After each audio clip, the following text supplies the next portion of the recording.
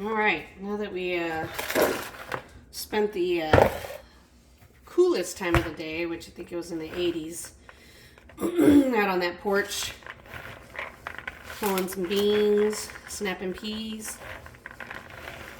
So I went ahead and rinsed them all. We combined them. We've got different varieties here. We've got Peking blacks. We've got zipper peas or zipper creams. I've got cow peas.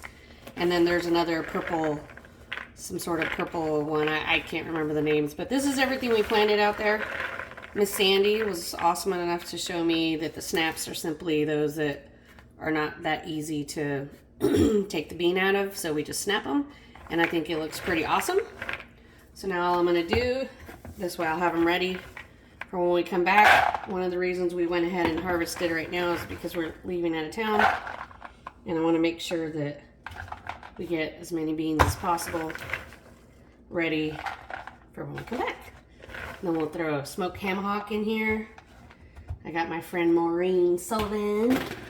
She's going to give me a recipe on how to make some with coconut milk. So I'm pretty excited about that too. This is quite a bit of snapping and hulling. I think we spent about an hour and a half or so out there at least. But I love it because I really like spending time with Sandy. She's going to be mad because I'm putting her on YouTube, but she's got a lot of knowledge. I like that Georgia knowledge, Southern knowledge that I don't know because I am not from the South. But I like Southern food, and the husband makes delicious Southern food, so I'm looking forward to seeing what he's going to do with those.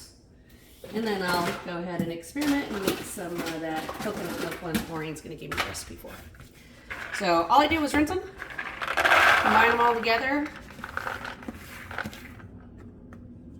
and then we'll cook them up with a little bit of sugar, take some of that tartness off of them, and a ham hock, and then depending on the other recipe. So that was about, I guess about 2 hours, I would say. 2 hours worth of what we got. And while we were out there, we picked some other stuff. This thing, zucchini, had no idea that it was even growing out there. Jeremy told me, he said, yeah, you got zucchini out there. And I said, what? I don't remember planting it, but here we go. Here's a zucchini. And another thing, since we're leaving out of town, we most likely won't be able to see our tomatoes ripen. They'll probably be all gone by the time we get here or have ripened. And I told my mom to, give them away and eat them. I don't want her saving them for us. But we do want to make sure we have some of that harvest. So I am going to go ahead and make fried green tomatoes before we head out. So we'll have some fried green tomatoes and some zucchini with the breadcrumbs, Parmesan cheese, and whatnot. So Miss Sandy also helped me pick these because she's right. You don't want them to be too thick, too much. They get mushy. So I'm going to slice these up and see what sort of batter. Cornmeal. I'm assuming it's just going to be cornmeal. I'll wait till Jeremy gets here because I'm not the confident cook. That's his department.